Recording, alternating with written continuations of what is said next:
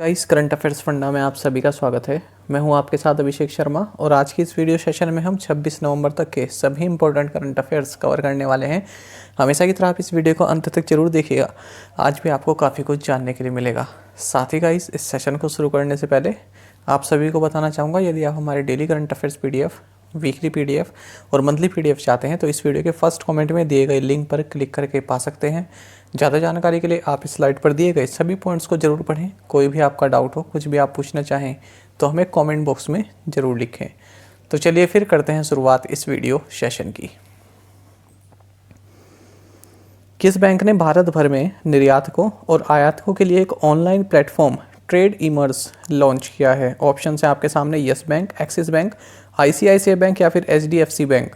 सही आंसर होगा option C. So ICICI bank has launched an online platform trade emerge for exporters and importers across India.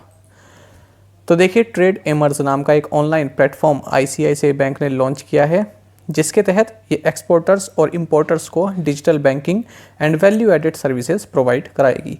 साथ ही आपको जानना चाहिए, ICICI बैंक के MD and CEO Sandeep Bakhshi हैं। हेडक्वार्टर्स मुंबई में है। इसकी टैगलाइन है, हम है ना ख्याल आपका। साथ ही हमने हाल ही में ICICI बैंक से रिलेटेड जो इंपॉर्टेंट करंट अफेयर्स पढ़े हैं वो ये है। एक तो ICICI बैंक ने होम उत्सव इस तरह की एक वर्चुअल प्रॉपर्टी एग्जीबिशन लॉन्च किया है। साथ ही ICICI बैंक ने HPCL के साथ मिलकर एक को ब्रांडेड क्रेडिट कार्ड लॉन्च किया है, जिसका नाम है ICICI bank HPCL super saver को ब्रांडेड क्रेडिट कार्ड। चलिए आगे बढ़ते हैं। संकल्पित एक विभाजित विश्व में संयुक्त राष्ट्र शीर्षक वाली आत्मकथा किस पूर्व संयुक्त राष्ट्र महासचिव द्वारा लिखी गई है? सही आंसर होगा ऑप्शन सी।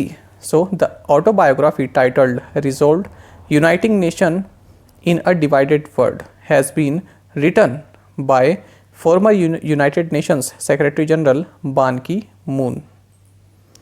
तो देखिए, ये जो ऑटोबायोग्राफी है ये यूनाइटेड नेशंस के former secretary general Ban Ki moon द्वारा लिखी गई है। आप सभी इनका नाम जानते होंगे। ये साउथ कोरिया से रहे हैं और ये 8वें सेक्रेटरी जनरल रहे यूनाइटेड नेशंस के, जिन्होंने 2007 से 2016 तक अपनी सेवाएं यहाँ पर इस पद पर दी हैं। आगे बढ़ते हैं। भारत सरकार और किस बैंक ने देश में प्राथमिक स्वास्थ्य देखभाल में सुधार के लिए 300 मिलियन अमेरिकी डॉलर के ऋण पर हस्ताक्षर किए? सही आंसर होगा option C. So government of India and Asian Development Bank has signed $300 million loan to improve primary health care in the country. तो प्राइमरी हेल्थ केयर को इम्प्रूव करने के लिए 13 स्टेट्स में तो गवर्नमेंट ऑफ इंडिया और Asian Development Bank ने $300 million का लोन एग्रीमेंट साइन किया है। साथ ही आपको जानना चाहिए, एशियन डेवलपमेंट बैंक का हेडक्वार्टर्स मंडलुयांग मनीला फिलीपींस में है। प्रेसिडेंट है मासात्सुको असाकावा। इसकी जो स्थापना हुई थी ये 19 दिसंबर 1966 1966 में हुई थी। इसका जो इस्टेब्लिशमेंट ईयर है 1966, ये एग्ज़ाम में पूछ लिया जाता है। और हाल ही में हमने क्या पढ़ा था कि अगरतला में अर्बन सर्विसेज को बूस्ट करने के लिए, इम्प्रूव करने के लिए इंडिया और एशियन डेवलपमेंट बैंक ने $61 मिलियन का एक लोन एग्रीमेंट साइन किया है। चलिए आगे बढ़ते हैं। किस देश ने साझा विकास के लिए बहुपक्षवाद को मजबूत करना इस विषय या थीम के साथ 13वें ASEM शिखर सम्मेलन की मेजबानी की है? इंडिया, थाईलैंड, कंबोडिया या फिर फिलीपींस? सही आंसर होगा option C. So Cambodia hosted the 13th ASEM summit with the theme strengthening multilateralism for shared growth. जानेंगे इसके बारे में। देखिए, ASEM का मतलब है एशिया यूरोप मीटिंग। तो इसका 13वां एडिशन ये हुआ है और इसका थीम रहा strengthening multilateralism for shared growth. और इसको कंबोडिया ने जो है होस्ट किया है, क्योंकि कंबोडिया ही ASEM एशिया यूरोप मीटिंग की जो है अध्यक्षता कर रहा है। भारत की ओर से जो हमारे वाइस प्रेसिडेंट है वेंकैया नायडू, इन्होंने भारत की ओर से जो है इसमें हिस्सा लिया है। आपको जानना चाहिए 25वीं एनिवर्सरी मना रहा है ये जो ASEM है, और इसमें जो है 51 मेंबर कंट्रीज़ हैं। साथ ही 2 रीजनल ऑर्गेनाइजेशंस हैं। कौन कौन? यूरोपियन यूनियन और आसियान। आपको बता दें, ग्लोबल GDP का 65% जो है जो कंट्रीज़ हैं वो कंट्रीब्यूट करती हैं, जो इसमें ASEM में है। साथ ही ग्लोबल पॉपुलेशन के 60% यहाँ पर कंट्रीब्यूट करती हैं। ग्लोबल टूरिज्म का 75% जो है इन कंट्रीज़ द्वारा जो है कंट्रीब्यूट किया जाता है। साथ ही आपको जानना चाहिए भारत ने साल 2006 में इसे ASEM प्रोसेस को ज्वाइन किया था और 7वीं जो समिट हुई थी साल 2008 में, इसमें पहली बार भारत ने पार्टिसिपेट किया था। द्विवार्षिक त्रिपक्षीय अभ्यास दोस्ती हाल ही में भारत, मालदीव और किस देश के बीच संपन्न हुआ? फ्रांस, ऑस्ट्रेलिया, श्रीलंका या फिर इंडोनेशिया? सही आंसर होगा option C, biennial trilateral exercise Dosti recently concluded between India, Maldives, Sri Lanka. तो देखिए इन तीनों कंट्रीज़ के बीच में ये एक्सरसाइज होती है, बायनियल है, यानी 2 साल में एक बार होती है, नाम है दोस्ती। तो ये जो है मालदीव्स में हुई है, इस बार 15वां एडिशन रहा है, ये आपको जानना चाहिए। और इस एक्सरसाइज के 30 साल यहाँ पर पूरे हो गए हैं 2021 में। भारत की ओर से ICGS वज्र और ICGS अपूर्वा ने पार्टिसिपेट किया है। बाकी आपको जानना चाहिए ये जो एक्सरसाइज दोस्ती है साल 1991 में शुरू हुई थी भारत और मालदीव कोस्ट गार्ड के बीच में, और श्रीलंका ने इसमें 2012 से पार्टिसिपेट करना शुरू किया है। राष्ट्रीय दुग्ध दिवस किस दिन मनाया जाता है? ऑप्शन है आपके पास 23 नवंबर, 24 नवंबर, 25 नवंबर या फिर 26 नवंबर। सही आंसर होगा option D, the national milk day is celebrated on November 26। तो 26 नवंबर को मनाया जाता है नेशनल मिल्क डे। क्यों मनाया जाता है? क्योंकि जो मिल्क मैन ऑफ इंडिया हैं डॉक्टर वर्गीस कुरियन, इनकी बर्थ एनिवर्सरी इस दिन मनाई जाती है। बाकी आपको जानना चाहिए भारत में दूध का प्रोडक्शन बढ़ाने की जो पूरा क्रेडिट जाता है ये डॉक्टर वर्गीस कुरियन को जाता है, और इन्होंने जो ऑपरेशन फ्लड जो लॉन्च किया था, ठीक है, जो इनकी भूमिका रही ऑपरेशन फ्लड में, ये काफ़ी महत्वपूर्ण है। इसी के बाद से जो है भारत काफ़ी आगे निकल गया दूध प्रोडक्शन में। साथ ही आपको जानना चाहिए इसी मौके पर जो union minister for animal husbandry and dairying है परसोत्तम रूपाला, इन्होंने नेशनल गोपाल रत्न अवार्ड्स भी दिए हैं। नोएडा इंटरनेशनल ग्रीनफील्ड एयरपोर्ट, जिसे जेवर एयरपोर्ट के नाम से भी जाना जाता है, उत्तर प्रदेश के किस जिले में स्थित है? सही आंसर होगा option D, Noida international greenfield airport also known as Jewar airport is located in Gautam Buddh Nagar district of Uttar Pradesh. तो देखिए इस नोएडा इंटरनेशनल ग्रीनफील्ड एयरपोर्ट, इसे जेवर एयरपोर्ट भी कहते हैं, ये उत्तर प्रदेश के गौतम बुद्ध नगर डिस्ट्रिक्ट में लोकेटेड है। और इसको जो है कंट्री का ही नहीं बल्कि एशिया का लार्जेस्ट एयरपोर्ट बताया जा रहा है, और ये यमुना एक्सप्रेसवे से जो है कनेक्ट करता है।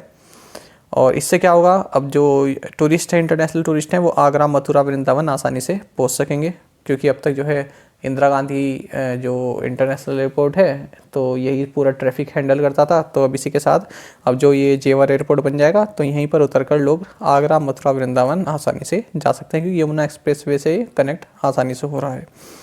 आपको जानना चाहिए इसकी जो इम्प्लीमेंटेशन एजेंसी है यह है Yamuna expressway industrial development authority, YEIDA।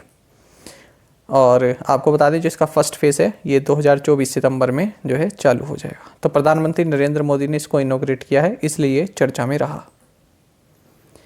उस भारतीय का नाम बताइए जिसे अंतर्राष्ट्रीय आपराधिक पुलिस संगठन यानी इंटरपोल की कार्यकारी समिति में एशिया के लिए प्रतिनिधित्व के रूप में चुना गया है। विनय कुमार, BS मुबारक, प्रवीण सिन्हा या फिर मनोज कुमार मोहापात्रा।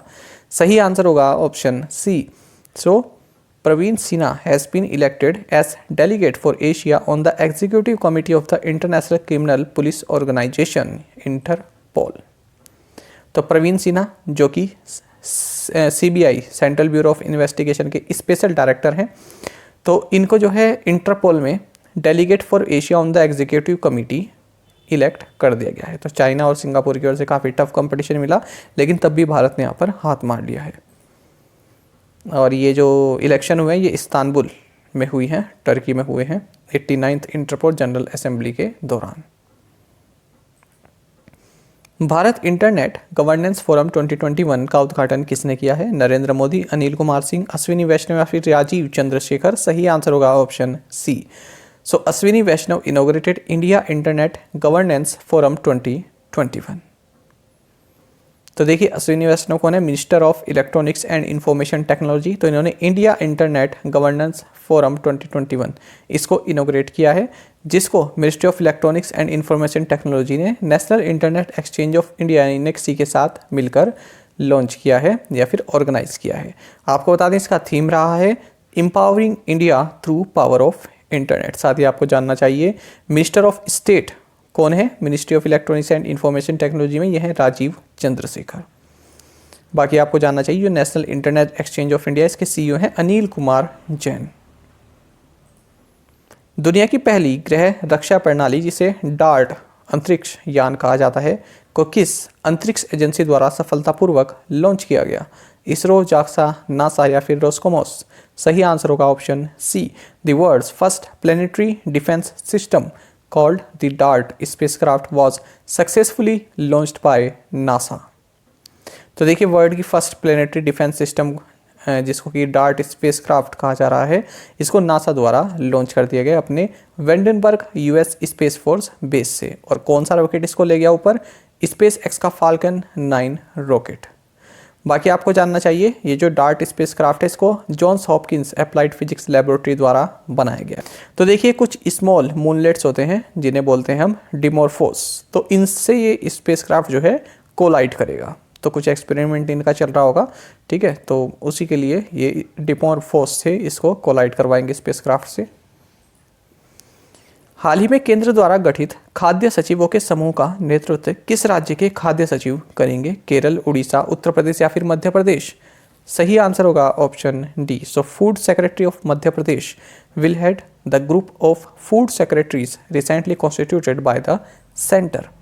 तो देखिए कम्युनिटी किचन्स स्कीम का फ्रेमवर्क तैयार करने के लिए, इसके बुलेट पॉइंट्स कुछ तैयार करने के लिए क्या क्या प्रोविजंस होने चाहिए? तो सरकार ने यहाँ पर ग्रुप ऑफ फूड सेक्रेटरीज यानी कि कुछ स्टेट्स के जो फूड सेक्रेटरीज होते हैं, जो खाद्य सचिव होते हैं, उनका एक ग्रुप बनाया है अलग अलग स्टेट्स के। तो इनको जो है ना ये 8 स्टेट्स के जो फूड सेक्रेटरीज हैं उनको शामिल किया गया, जैसे केरल, उड़ीसा, उत्तर प्रदेश, गुजरात, असम, बिहार, वेस्ट बंगाल और मध्य प्रदेश। तो इनको लीड कौन करेंगे? जो मध्य प्रदेश के फूड सेक्रेटरी हैं वो इस ग्रुप को लीड करेंगे और एक फ्रेमवर्क तैयार करेंगे।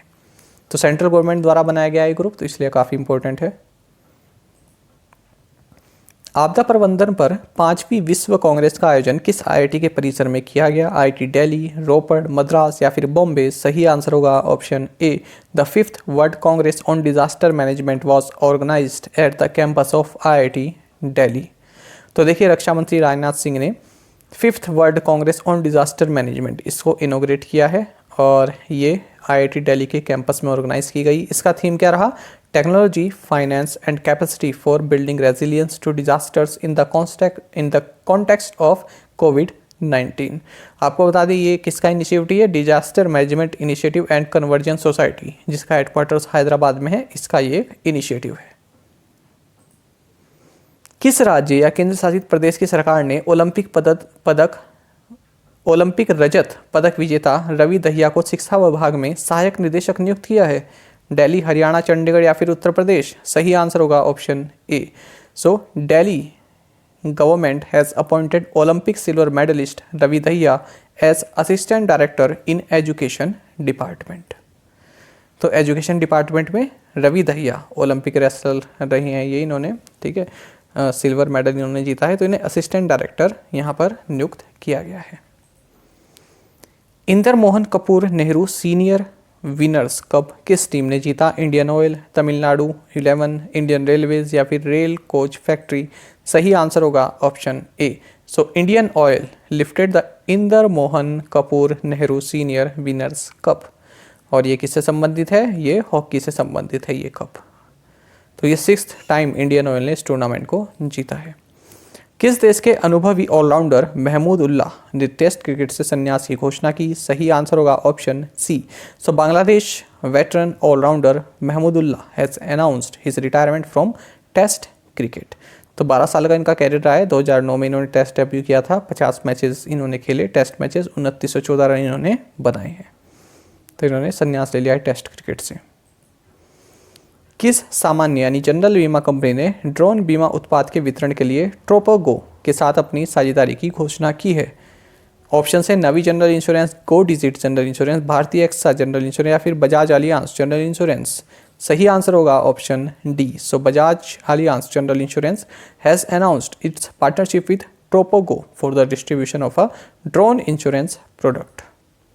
तो ड्रोन इंश्योरेंस यानी कि देखिए ड्रोन का भी इंश्योरेंस आप करा सकते हैं यदि किसी के पास ड्रोन है, तो उसके लिए बजाज अलियांस जनरल इंश्योरेंस ने एक डीप टेक स्टार्टअप है ट्रोपोगो, इसके साथ साझेदारी किए हैं। देखिए इस तरह के क्वेश्चन यदि आप बैंक के एस्पिरेंट है तो पूछ ले जाते हैं, इंश्योरेंस के एग्जाम यदि आप लेते हैं तो उसमें पूछ ले जाते हैं, बैंक के एग्जाम में पूछ ले जाते हैं, बाकी इनके अलावा इस तरह के क्वेश्चन नहीं पूछे जाते। तो यदि आप एसएससी के एस्पिरेंट हैं तो इस तरह के क्वेश्चन को स्किप करके आगे बढ़ सकते हैं। निम्नलिखित में से किस भारतीय महिला क्रिकेटर को महिला big Bash League player of the tournament नामित किया गया है? एकता बिष्ट, मिताली राज, स्मृति मंदाना या फिर हरमनप्रीत कौर? सही आंसर होगा option D. So Harmanpreet Kaur has been named women's Big Bash League player of the tournament. तो देखिए काफ़ी बड़ी अचीवमेंट है हरमनप्रीत के लिए। तो ये बिग बैश लीग में खेलती हैं तो इनको प्लेयर ऑफ द टूर्नामेंट नामित किया गया है। ये मेलबर्न रेनेगेट्स के लिए खेलती हैं। और बाकी आपको जानना चाहिए इस तरह का टाइटल इनके अलावा न्यूजीलैंड की सोफी डिवाइन को मिला हुआ है और एमी सैटरवेट को मिला हुआ है। तो इनको अब ज्वाइन कर लिया है हरमनप्रीत ने भी, जिनको women's Big Bash League player of the tournament चुना गया। अब देख लेते हैं प्रीवियस असाइनमेंट क्वेश्चंस के answer. Name the governor and chief minister of West Bengal. The governor is Jagdeep Dhankhar and governor is Mamata Banerjee. Veer Surendra Sai airport is situated in which state? Answer is Odisha. Hornbill festival is celebrated every year in which state? Answer is Nagaland. The Kartarpur Sahib Gurdwara is located in which district? By the Ravi River in Pakistan's Punjab. Answer is Narowal district. Name the Director General of the Assam Rifles who received the prestigious Ati Vishisht Seva Medal from the President Ramnath Kovind. Answer is Pradeep Chandran Nair. और आप में से कई aspirants ने बिल्कुल सही answer दिए हैं। इसी तरह से फ्रेंड्स आप ज़्यादा से ज़्यादा संख्या में पार्टिसिपेट करते रहिए। चलिए देखते हैं आज के असाइनमेंट क्वेश्चंस। और यदि आपको हमारा कंटेंट अच्छा लगता है तो आप वीडियो को लाइक और शेयर भी कर सकते हैं। Name the governor and chief minister of Jharkhand. What is India's third highest gallantry award? Constitution day is observed in India on which day? Which country set to host the 2024 Junior Hockey World Cup? Who was recently elected from India to the United Nations International Law Commission for a 5-year term? तो पांचों questions के answer आप हमें comment box में जरूर बताएं। यदि आपको एक क्वेश्चन का आंसर भी आता है तो वो भी आप हमें जरूर से बताया करें। साथ ही करंट अफेयर्स फंडा को आप टेलीग्राम पर भी ज्वाइन कर सकते हैं। यहाँ पर रेगुलर वीडियो अपडेट्स और करंट क्विजेस हम आप सभी के लिए डालते रहते हैं। साथ ही डिस्कशन ग्रुप में आप किसी भी क्वेश्चन का सोल्यूशन पा सकते हैं। दोस्तों यहाँ पर हमारे करंट अफेयर्स की प्लेलिस्ट दी गई है, इसको आप जरूर देखें। अपने दोस्तों के साथ, फेलो एस्पिरेंट्स के साथ हमारे करंट अफेयर्स को शेयर जरूर करें। आज का ये सेशन आपको कैसा लगा हमें कमेंट बॉक्स में जरूर बताइएगा। Thank you guys.